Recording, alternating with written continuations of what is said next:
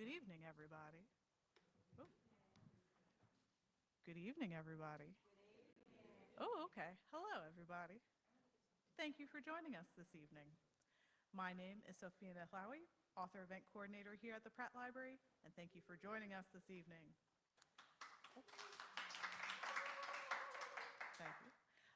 Ivy Bookshop is our book selling partner this evening, so if you've not purchased a copy already, they are ready, willing, and waiting to sell you some books. There will be a book signing at the end of tonight's program if you do decide to get a book and would like to get it signed. And so now for tonight's program. Tonight, I'm happy to welcome Jonathan Schroeder to the Pratt Library to discuss his book, The United States Governed by 600,000 Despots. For 169 years, a first-person slave narrative written by John Swanson Jacobs, brother of Harriet Jacobs, was buried in a pile of newspapers in Australia. Jacobs' long-lost narrative, The United States Governed by 600,000 Despots, is a startling and revolutionary discovery. Reproduced in full, this narrative includes new horizons for how we understand slavery, race, and migration, and all that they entailed in 19th century America and the world at large, as well as a full-length 9-generation biography of Jacobs and his family by literary historian Jonathan Schroeder. This new guide to the world of John Jacobs will transform our sense of it and of the forces and prejudices built into the American project. To truly reckon with the lives of John Jacobs is to see with new clarity that in 1776, America embarked on 2 experiments at once, one in democracy, the other in tyranny. Jonathan D.S. Schroeder is a historian, literary critic, and lecturer at the Rhode Island School of Design. His edition of John Swanson Jacobs' long-lost The United States Governed by 600,000 Despots, A True Story of Slavery, brings this incredible autobiography back to America after 169 years, represents the most important rediscovery of a slave narrative to date, and has been profiled in the New York Times, All Things Considered, and elsewhere. The recipient of long-term fellowships from the National Endowment for the Humanities, John Carter Brown Library, and American Antiquarian Society, Schroeder is currently writing 2 books and building a 42-acre forest wildlife rehabilitation center in the woods of Rhode Island. Jennifer Schussler of the New York Times wrote, "The rediscovery of a long-forgotten slave narrative would be notable enough, but this one, scholars who have seen it say it is unique for its global perspective and its uncensored fury. From a man living far outside the transatlantic network of white abolitionists who often limited what the formerly enslaved could write about from their experiences." And the Riley News and Observer relayed, "In rescuing Jacobs from history's lost and found, Schroeder introduces readers to a writer who not only experienced the worst of America, but pointed a righteous finger at all those responsible." It is my great pleasure to welcome Jonathan D.S. Schroeder.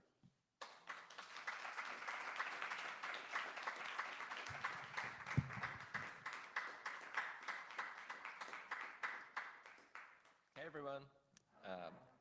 Thanks for coming out tonight and making time to be inside on a day where it's beautiful outside. It's also really special for me to be in one of the places that was so important to Frederick Douglass, because as I'll talk about tonight, both John Jacobs and his sister Harriet, I think, learned a tremendous amount about what it means to speak the truth in America as a Black person, what it means to speak the truth against American power from both within America, like Douglass did from Rochester, New York. Note that Rochester's on the border, so if danger came his way, he could cross the border. Or what John Jacobs did in living in England, Australia, and sailing around the world. And thank you, Sophia, for that introduction. I think, does a great job introducing one of the main reasons why I think it's important to talk about this text today, which is the fact that until this book was republished last year, the words of John Swanson Jacobs had never been read by Americans. This book had been totally lost in Australia and had never made it back. And so really one of the questions is, what do we do with this antebellum, fire-breathing, oratorically fire-breathing text that was speaking back against that American power? What relevance might we say this text has today for thinking about our evils, our abuses of power, and the ways that those things are not simply encroaching from the outside, but are actually baked into the very design of the nation? Because for John Jacobs, the story of America is not the story of the expansion of democracy and the overcoming of the nation's original sin. No, his is the story of a nation founded on two experiments at once, one in democracy, the other in tyranny, or, in his word, despotism. Right now, we know all too well which one of these experiments is winning.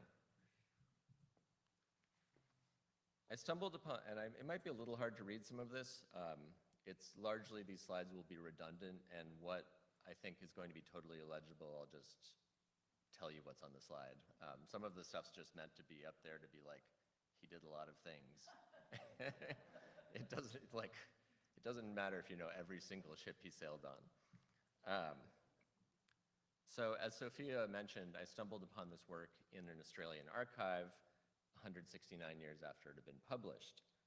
As someone who studies American literature, history, and culture, I immediately knew the importance of this discovery.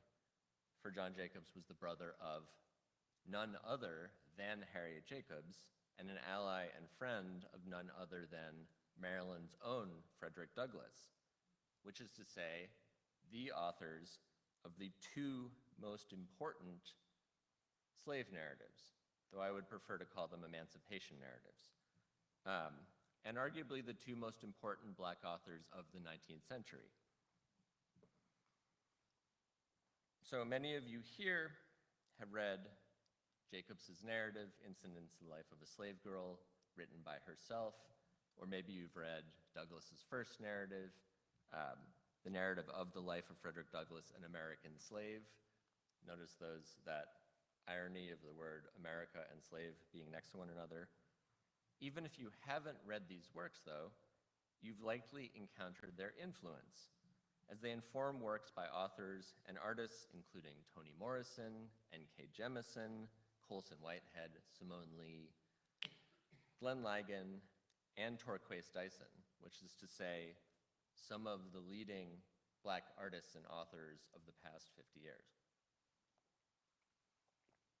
Douglass and Harriet Jacobs' narratives have emerged over the past half-century as radiant objects for understanding men's and women's lives under slavery, the problems awaiting African Americans afterwards, and the potential of Black lives to thrive against the odds.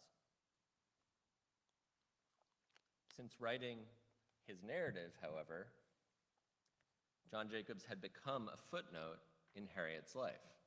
And in fact, as I'll say in a minute, I literally discovered this narrative by researching a footnote in Harriet's biography.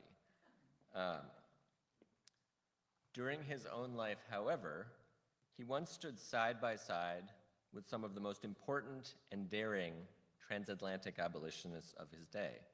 William and Ellen Craft, made much more visible in this past year thanks to Ilyan Wu's Pulitzer-winning Master-Slave Husband-Wife, Martin Delany, William Lloyd Garrison, legendary founder of The Liberator, Douglass, Sarah Parker Remond, George Thompson, instrumental in the abolition of slavery in Britain, and many others.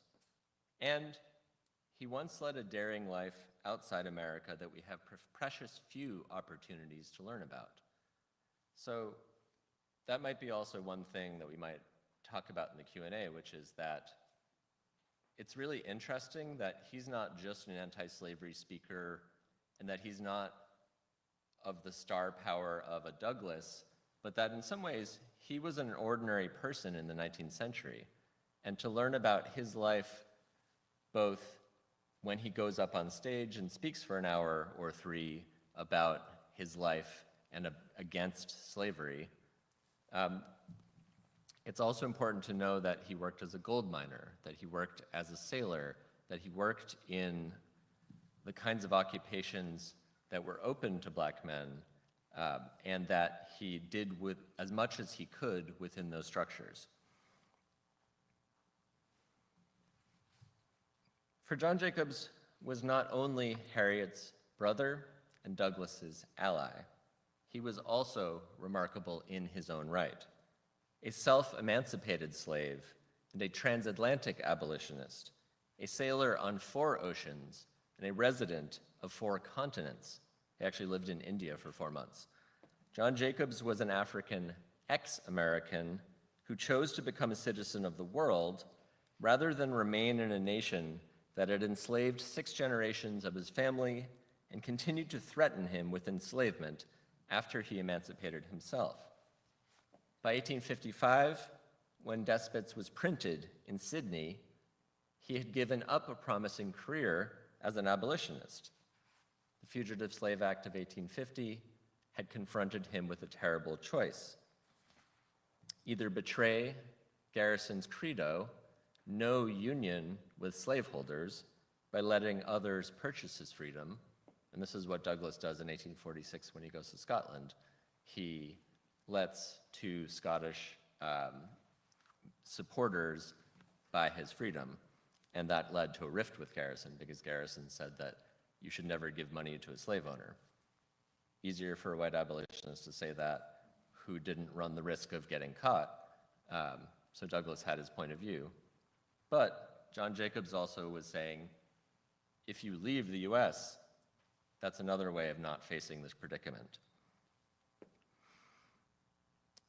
What he did, instead of betraying this credo or continuing to speak in public as a fugitive and risk re-enslavement, was he fell back on the one trade that he knew would take men of color like him, the sea. And this is one you'll really not be able to read, but what I will just say is that this is a map of the voyage to the Pacific that he took right after he escaped from his owner in New York City. It's a voyage to the Pacific. All of those points are just coordinates that the first mate recorded in his journal to indicate where they had run into whales or where they stopped and all that. This is the first mate's drawing of that ship. That kind of gave him an occupation, made him into a professional sailor, and when he later, in 1857, moved to England after he was in Australia, this is a spreadsheet of all of the voyages, the 35 voyages that he was signed up for and sailed on, some of which might take a month, some of which might take 3 years. And then that's actually his signature right here. That's actually his name, his handwriting, on the crew list agreement that all sailors signed up for to sign a contract basically to say, I'm going to be on board this ship. Raised on the waterways of North Carolina, Jacob spent 17 out of his 33 years of post-slavery life at sea. In 1839, he escaped by boat to New Bedford, where he signed up for this whaling voyage to the Pacific to distance himself from his owner, and he came back 4 years later a professional sailor. From 1856, when he left Australia for the UK, until 1872, when he returned to the US for what unfortunately proved to be the last year of his life, he worked more than 35 voyages as a steward on merchant ships transporting goods to and from England. A steward was the highest position, except for in some very exceptional circumstances, that a black man could hope to arise to on board a ship. And on board those ships, that were transporting goods to and from England, he found himself shipping sugar from St. Kitts, oranges from the Black Sea, cotton from Egypt and India during the Civil War, when England was deciding where they were going to continue to get cotton from, where they were going to get cotton from. Were they going to continue to get it from the Deep South, or were they going to get it from somewhere else and not support the Confederacy? He was shipwrecked off the coast of Egypt.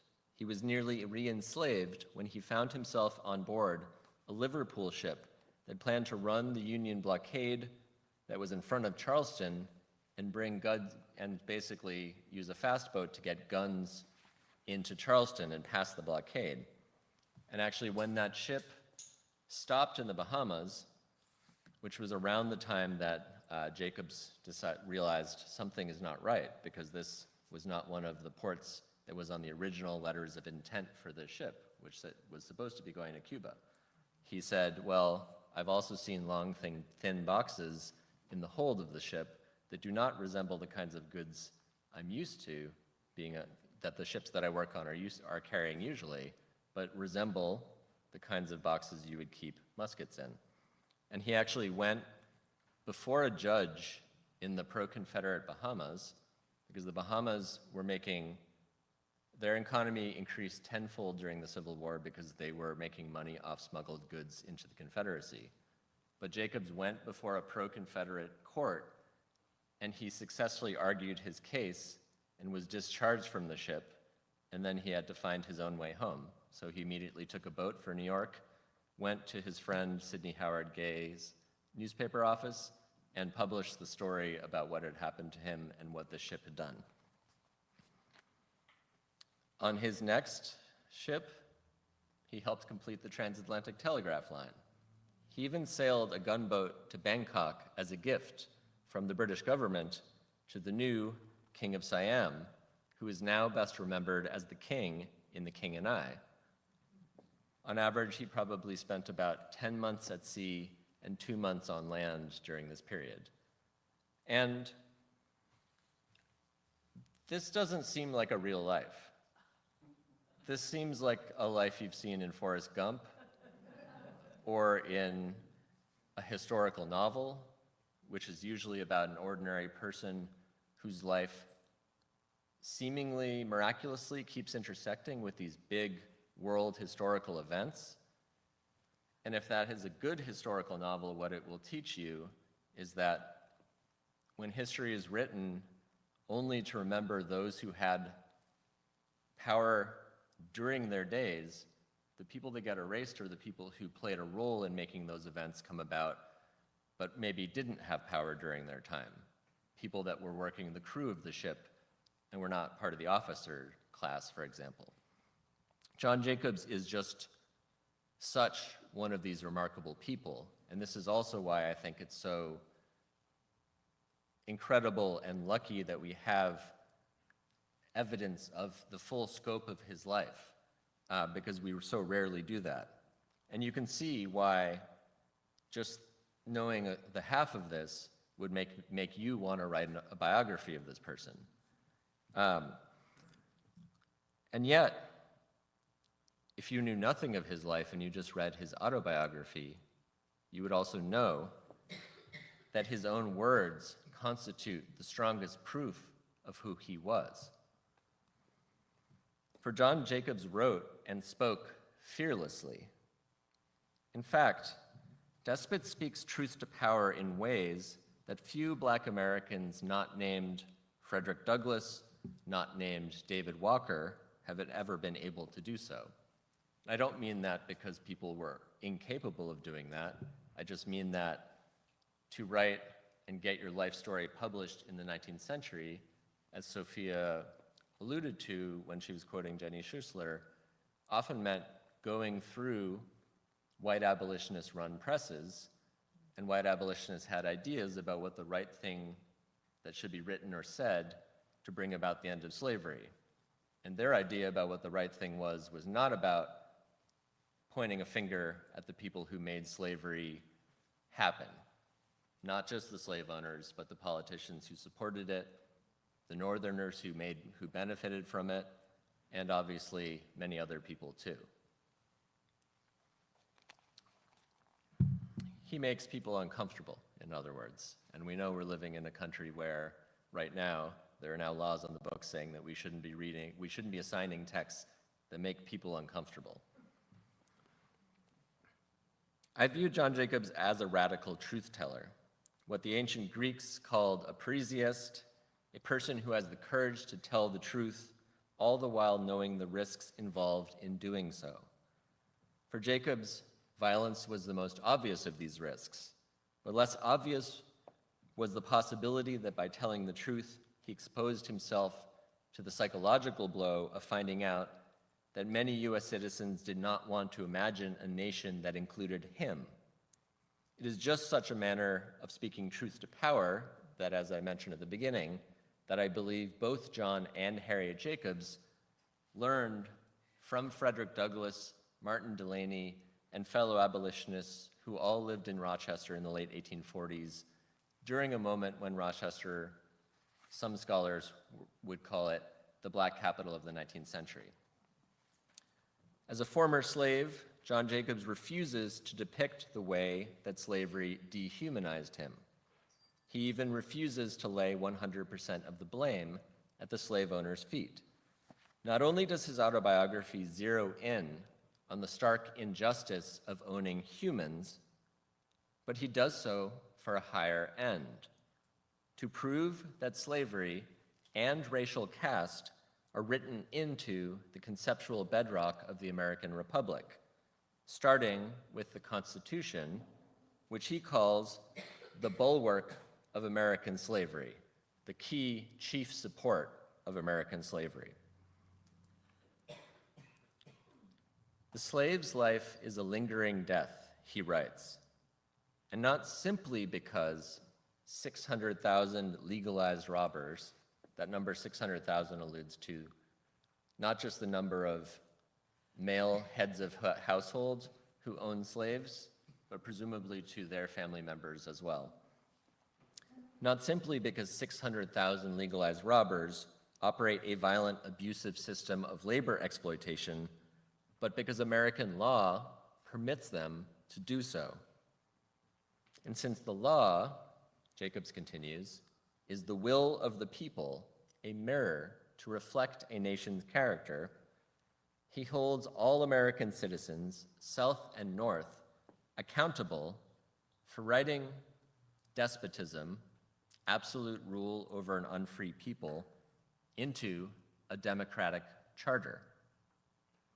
That devil in sheepskin called the Constitution of the United States, he writes, which contains and tolerates the blackest code of laws in existence, represents the great chain that binds the North and South together, a union to rob and plunder the sons of Africa, a union cemented with human blood and blackened with the guilt of 68 years. I mean, it would be better just for me to read his language over and over because it has so much power and heaviness to it. But I will use some of my own language. In taking to heart the radical abolitionist position that the transformation of the US from a slave state into a free society could not be achieved through politics within the Union, Jacobs decided to pursue politics without the Union. And this is a Garrisonian point, which is to say that the Constitution and Declaration are written in such a way that so favors the slave states that to actually seek office and try to work through formal participation in politics is doomed to fail. Douglass broke with that position, Jacobs didn't. Writing from beyond the reach of American law and outside the heavy hand of the white abolitionist editor, he demonstrates the potential of unfiltered, uncensored, unapologetic black writing to speak these truths.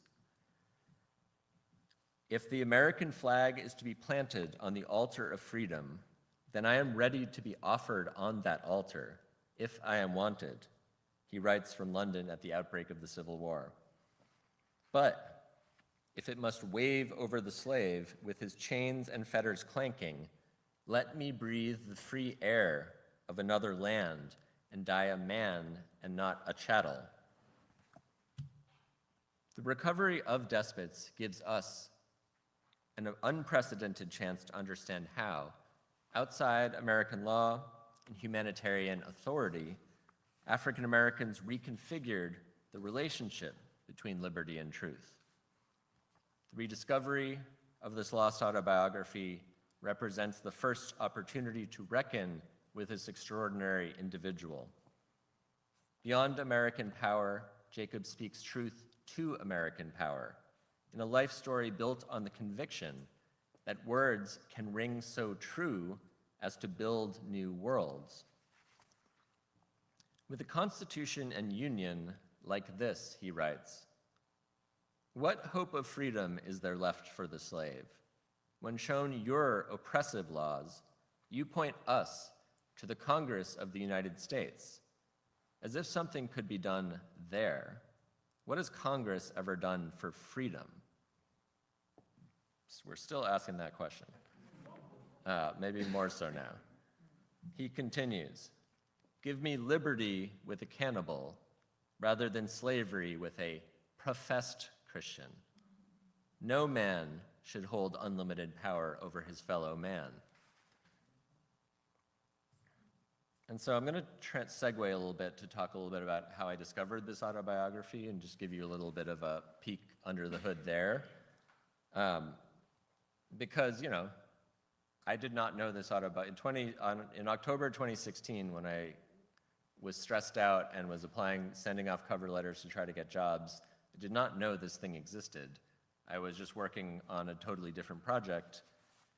And what I was curious about was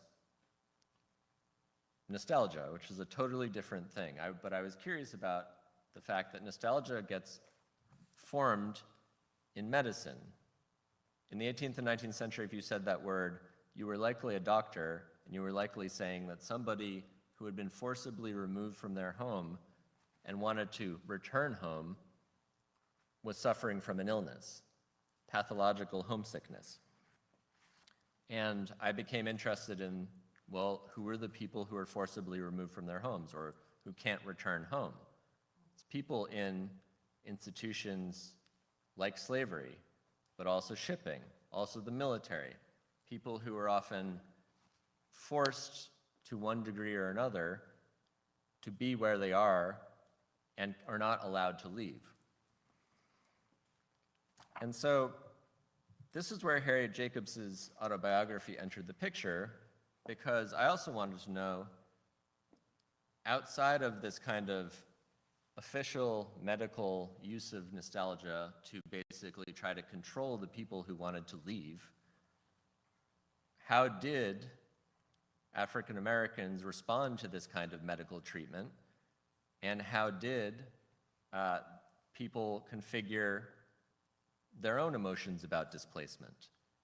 Ones that didn't make it seem like they had a problem or they were weak, but rather that they had suffered an injustice. More than any other emancipation narrative, incidents in the life of a slave girl is concerned with medical care. And Harriet Jacobs, during the Civil War, would run her own hospital, her own schools. She raised money to run an orphan asylum for freed children who couldn't find their parents. She knew a lot about medical care. While reading her fantastic biography, Harriet Jacobs' A Life by Jean Fagan Yellen, I became fascinated with this footnote in the middle, because it says that the biographer had found a notice for someone named Joseph Jacobs, which is the same name as Harriet's son, and Harriet's son had gone to Australia with John Jacobs in 1852, and while John Jacobs had moved to England 5 years later, Joseph Jacobs never came back. Yellen found a notice that suggested that Joseph Jacobs had killed himself. I figured there's no way she found the right Joseph Jacobs, because how many people named Joseph Jacobs probably moved to Australia in the first half of the 19th century. That's a pretty common immigrant name, especially from England and Ireland. And I also figured in 2016, I have access to digital records. There's probably a digital database out there that has Australian documents in it. It's 11:30. I went to grad school, a grad school that taught me that the best way to blow off stress is to do research. There is also it is not coincidental that the unofficial motto of my grad school is where fun goes to die. So I'm on my couch, on my laptop, trying to answer this what I thought was a little trivial question. And I said, well, can I find what happened to Joseph Jacobs? And if he died, was he diagnosed using this racist diagnosis, which was disproportionately diagnosed in people of color who were said to be more emotional and less rational, therefore more prone to this disease of the desire to return home. Jacobs' men had gone to California and then first for the gold rush in California, and then they went to Australia, which we don't learn in school, went through a gold rush at exactly the same time as the California gold rush. However, once you start to realize that Australia and California are going through gold rushes at the same time, you start to see how patterns of immigration are set in motion from China, the US, and Australia that start to shape what we now think of as the modern Pacific Rim. So quickly I found out, okay, there was a historic database put together by the National Library of Australia. Blessedly, that database is free, and you don't have to pay money for it. You don't have to be part of a school that has $50,000 to subscribe to it or whatever. And I got on this website, and I quickly realized I can't find Joseph Jacobs just using his name. But I also realized, oh, there's also this uncle guy, John S. Jacobs. And if we just think about that little initial, the little middle initial, that makes his name more unique than just Joseph Jacobs. There's fewer John S. Jacobses probably than Joseph Jacobs. So I get on the search engine of this website. I begin plugging away search terms, knowing how the software misrecognizes like what's on these old newspaper pages. And then I put in, I think, John S. Jacob and leave off the final S because I'm plugging in variants. And all of a sudden, this is what I see. In fact, when I saw this in 2016, the first two hits were all caps right across the whole screen in bold. The United States governed by 600,000 despots by a fugitive slave. And then it also said something like the word count, like 11,000 words for both of these top two hits. So as soon as I said that, I'm like, well, 11,000 words is not a newspaper article. I know that much. However, I was also taught to not experience joy in grad school, so I was like, it just says by a fugitive slave. This is not, there's no proof positive has to do with John Jacobs yet. I've got to click and go through this and hold back on any kind of positive emotion here. So I click again, I'm holding my breath. I'm not letting this be a bolt of lightning moment. And this is what I see. These are 2 pages of the broadsheet newspaper in which the narrative was published. This was April 25th, 1855, and then this is where it was published in April 26th. And for kind of reference, each of these pages is about twice the size of the largest newspaper published today, the Sunday New York Times. The 19th century is famous for like enormous pieces of paper and printing on them. So, as you know, if you've ever done genealogy research, now you have your little box on your screen, and now you're myopically looking through column after column of a newspaper to try to find evidence. So that's what I'm doing. I start scrolling through column by column, and I noticed something interesting. No proof positive, no smoking gun here, but names from Harriet Jacobs's biography are rolling by, not the autobiography, because the autobiography was published in Boston, and it was edited by a woman, otherwise remarkable person named Lydia Maria Child, a famous white abolitionist who deemed it necessary to censor all the names, to not name names, to turn Harriet and John's owner, James Norcom, into Dr. Flint, for example. So that was already super interesting. Still haven't found out why this was the first hit, though. These are names I didn't search for. So I keep scrolling column by column, and then about toward the end of the first installment, I come across this note. And this was a real moment, because I read it. "Sir, I have left you not to return. When I have got settled, I will give you further satisfaction. No longer yours, John S. Jacobs." And I mean, the "no longer yours,"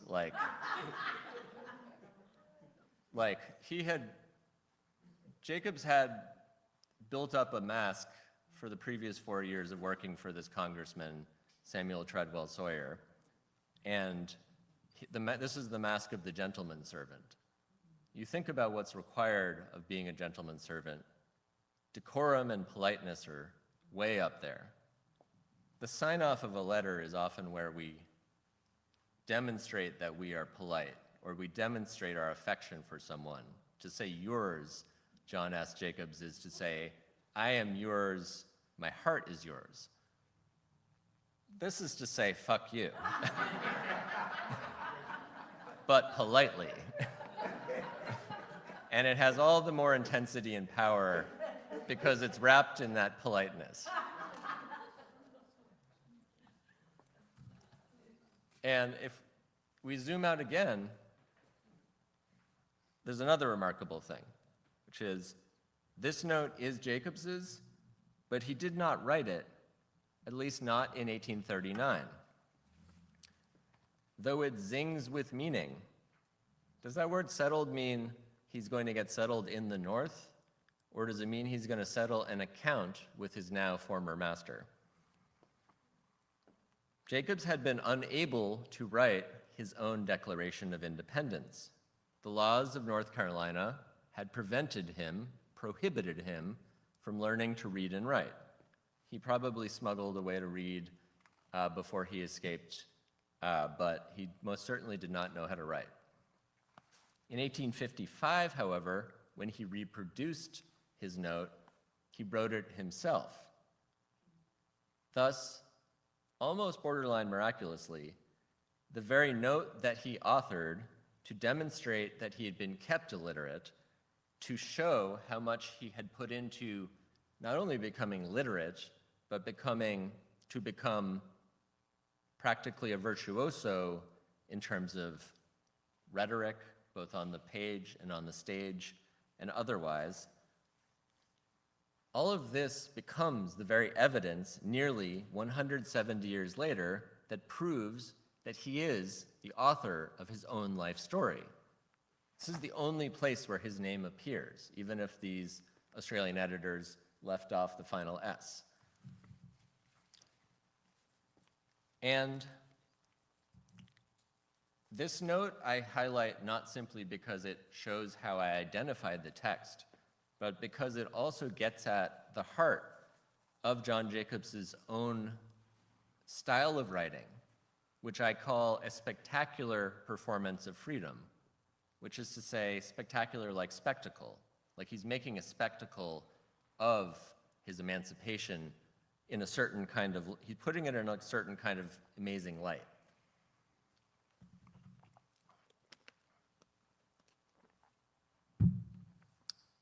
So what that leads to is kind of a little bit of diving into thinking about how this is a spectacle. Another word for that is a performance.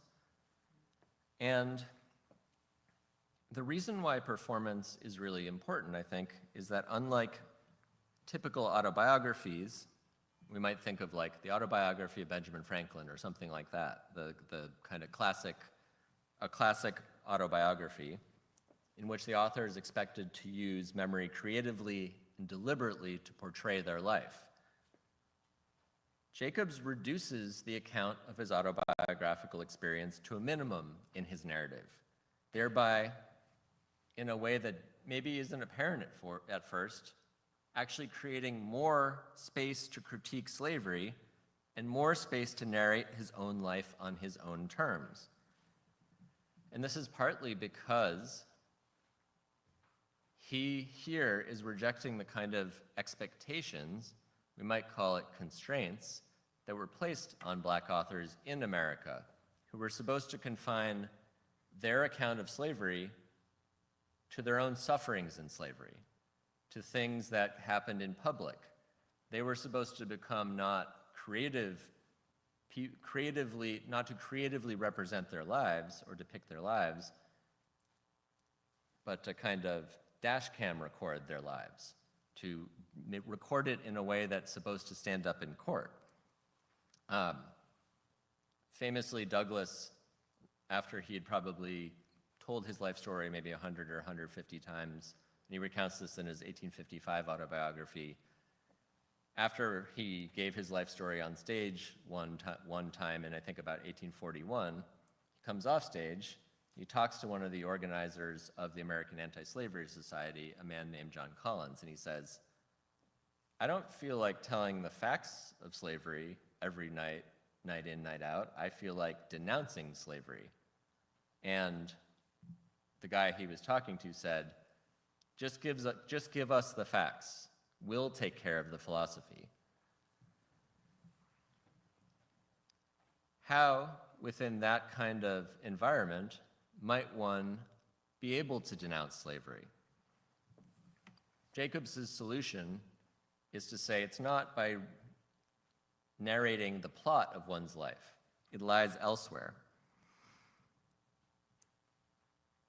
Because in this book, in his narrative, who John Jacobs is located in how John Jacobs writes, in his style, which he began cultivating on board a whaling ship where he taught himself to write, in William Cooper Nell's Boston and Douglass's Rochester, where he developed his rhetorical, analytical, and speaking skills, and, though we don't have as much evidence about it, in the clamorous protests of Pacific gold miners and the British Empire's sailors. For John Jacobs, autobiography is not a plot. It's a style and a manner of performing freedom. The defiant eloquence of despots epitomizes who Jacobs has become, testifies to how far he has come, and casts a sharp light on how much he has overcome. In other words,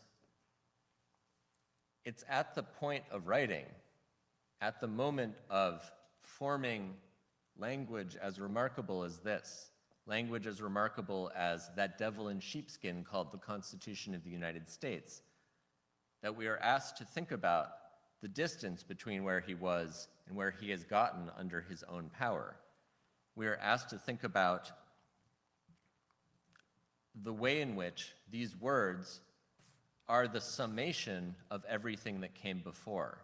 They are a performance of who he is at the moment of writing this. They are the autobiography of the Jacobs who is the author of this text, who is the speaker of his own life. Read in this light, we begin to see how his autobiographical style is part and parcel of his education as an abolitionist. For he does not just showcase his talents as a writer and speaker, but he uses them to denounce American authoritarianism, refusing to yield to pressures to represent Black pain in order to incite white anti-slavery sentiment. This is the kind of white sentimental approach to kind of reform, which is to say, oh, if you graphically depict the way that you have been dehumanized and then show how you then had to become a human by yourself, you're going to make privileged people reading and hearing your life feel bad and that they're going to want to bring about political change.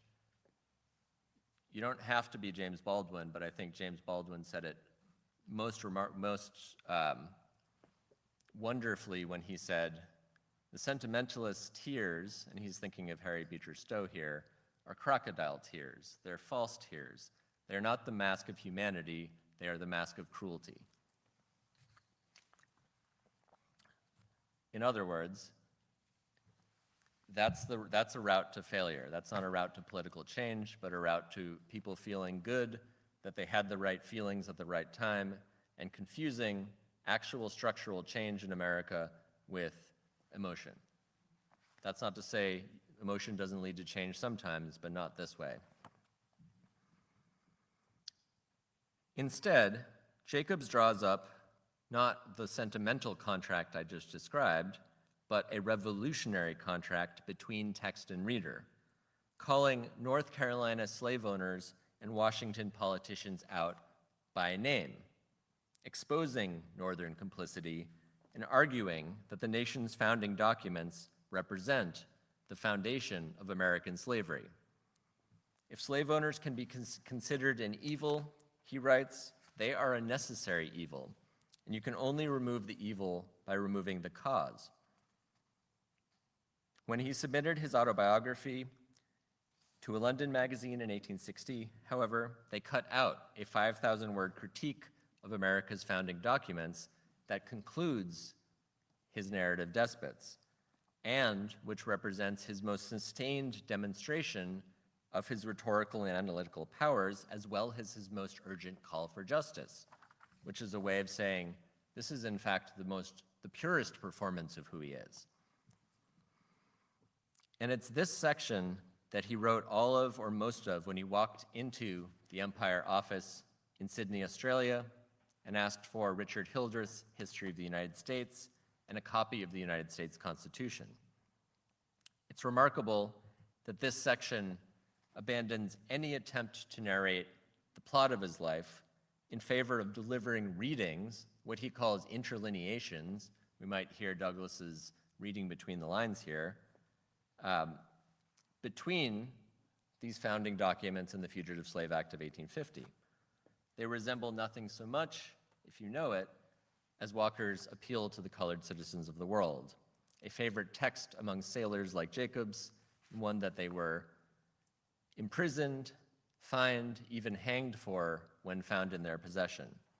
And here is just one example of one of these interlineations. We hold these truths to be self-evident, he repeats, that all men are created equal. We're going to be hearing all this language on July 4th, 2026 in many rooms around the country, though not in the way that John Jacobs puts it, which is going to be more radical than in most of these rooms in the country.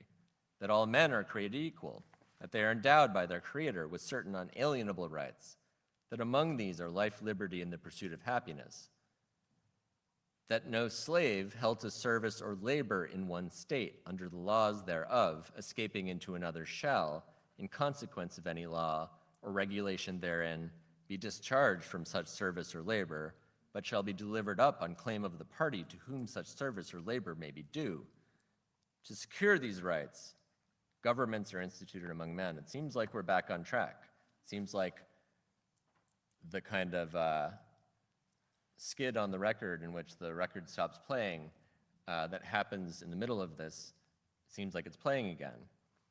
To secure these rights, governments are instituted among men, deriving their just powers from the consent of the governed, excluding Indians and free Negroes.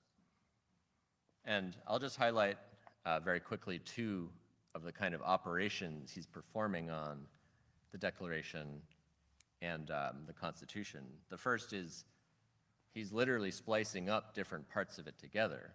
The lyrical language of the preamble with its universal proclamations of freedom for all is now bunched up against Article 4, the fugitive slave clause from Article 4 of the Constitution, with all of its legalistic language, which is definitely not lyrical. And if that's the most obvious of the operations he's performing, he also does something a little more subtle. he writes that no slave. The word slave does not appear in the Constitution. As a letter from James Madison says, we're going to use the word person instead. Jacobs makes it explicit that sometimes when the word person is used, it's not referring to people that are given the rights of personhood, it's referring to the people that are deprived of those rights. In other words, he's training readers like us to understand that he writes between the lines of American law, and that he does so as a stranger, a person who does not benefit from these laws because they were not written for him, and now that he's outside America, they no longer apply to him. From outside America, Jacobs writes back against a nation that had made it impossible for him to live freely within it, that had enslaved him in the North or in the South, refused him liberty, life, and the pursuit of happiness in the North, and after 1850, destroyed any hopes he may have harbored that he would be able to live autonomously as a sovereign individual in America. I'm gone over a little bit, I apologize. I'm happy to stay a little later for Q&A, but I'm gonna move toward a conclusion, and I'll give a conclusion kind of by way of a conversation I had earlier today when I went to the Douglas Myers Historic Site and tried to ask if there are plaques for all of the places where Douglas learned to, where he paid off the kids in the street so he could learn to read, where he was doing the caulking around Fells Point, and then the person was apologetic and said, well, a lot of these places are not marked or under construction right now, so unfortunately can't visit them. But we got to talking, and he walked outside and he said, he pointed at the pictures of Douglas and of Myers, and he said, we need to get back to people like these people.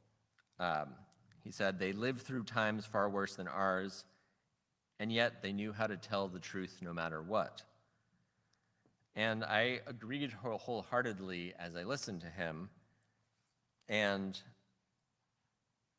especially because Douglas, Jacobs, and many Black abolitionists knew was that the assaults on American rights, like the ones that are happening today, don't come from outside as we might have thought on January 6, 2020. They often come from within.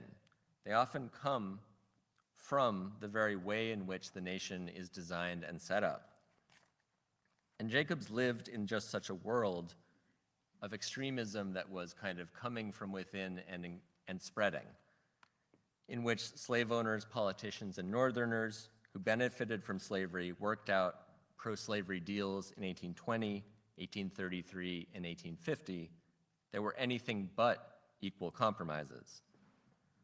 For Jacobs, authoritarianism is no outlier, no incursion from outside, but is hardwired into the design of this nation. And it's now time for us to return John Jacobs to this nation that has forgotten him. It is now time to imagine what Harriet Jacobs' narrative had been like, would read like, if she had gone to California with John Jacobs, her beloved brother, as she had talked about, and not stayed behind to look after her employer's children. Perhaps as the real possibility of democracy dying in darkness seems to be at our doorstep, the words of despots have taken on a new urgency as we work to figure out what can be done. And I'll end by reciting John Jacobs' final words in Despots. In conclusion, let me say that the experience of the past, the present feeling, and above all this, the promise of God, assure me that the oppressor's rod shall be broken. But how it is to be done has been the question among our friends for years. After the prayers of 25 years, the slaves' chains are tighter than they were before, their escape more dangerous, and their cups of misery filled nearer its brim. Since I cannot forget that I was a slave, I will not forget those that are slaves. What I would have done for my liberty, I am willing to do for theirs, whenever I can see them ready to fill a free man's grave rather than wear a tyrant's chain. The day must come, it will come. Human nature will be human nature. Crush it as you may, it changes not. But woe to that country where the son of liberty has to rise up out of a sea of blood. When I have thought of all that would pain the eye, sicken the heart, and make us turn our backs to the scene and weep, I then think of the oppressed struggling with their oppressors and have a scene more horrible still. But I must drop this subject. I do not like to think of the past, nor look to the future of wrongs like these.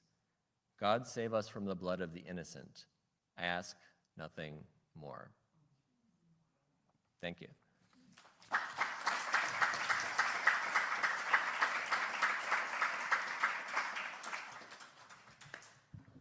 And so now we have some time for questions. If you have a question, you can come to the microphone that I'm standing at, or the microphone on the other side of the auditorium, and you'll be able to ask your question. I'm going to kick us off with a question from the online audience, which is, did John Jacobs write anything else besides his biography that you have been able to find? So one thing that I spent a lot of time doing was collecting everything that he'd written. And so fortunately, when he was kind of touring New England and upstate New York, he wrote kind of diaries of his anti-slavery lecture tours, and he would send them to William Lloyd Garrison or to Douglas, and they would be published in the North Star or the Liberator, respectively. I want there to be a lot more writing by him out there because I haven't been able to find, there's only 2 letters written in his actual handwriting, and they're both at Columbia. That doesn't mean there's not more out there. It's just that think about how broadly he lived around the world. Think about how many places they could be.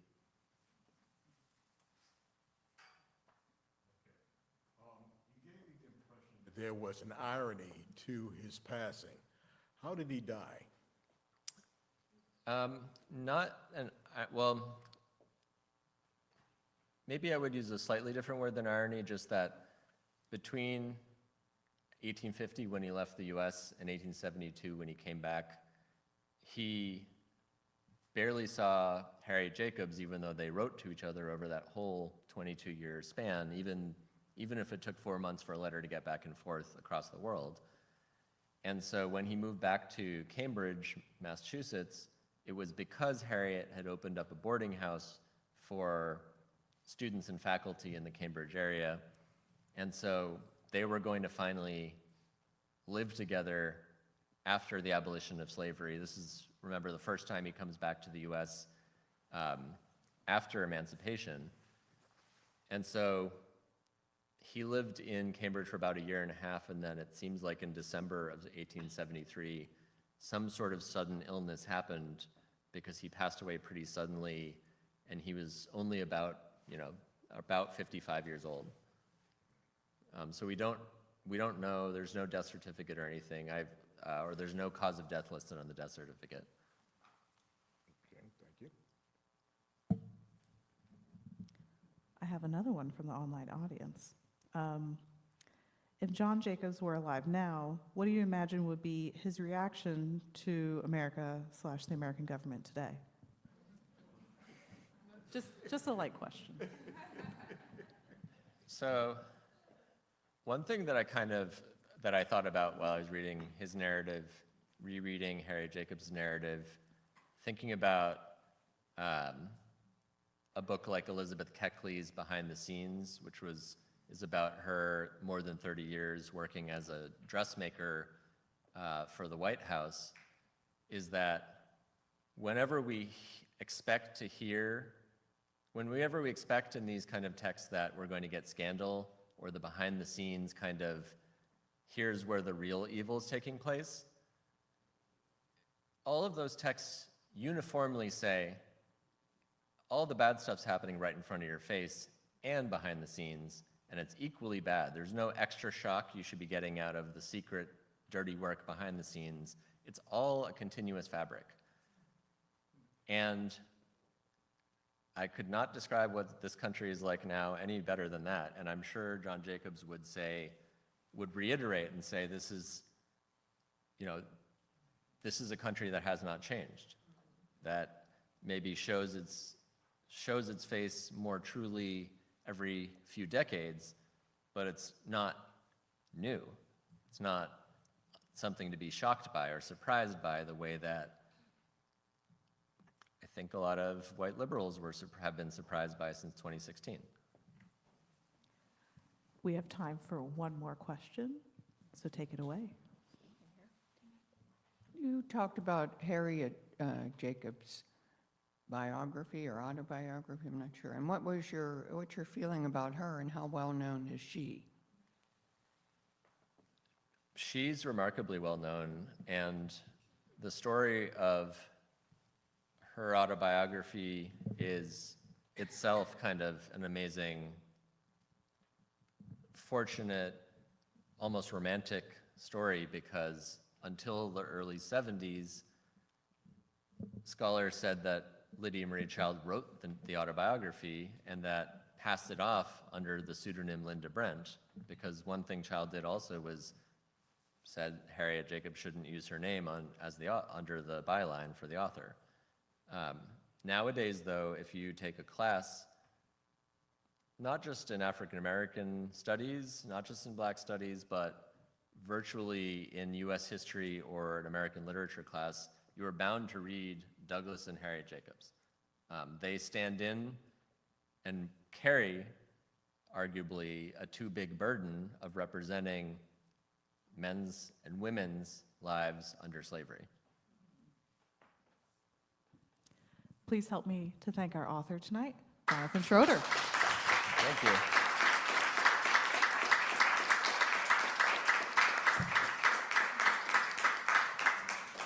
Once again, Ivy Bookshop is outside, eager to sell you some books. We will be outside in just a couple moments for signing. Thank you for joining us this evening, and have a great rest of your night.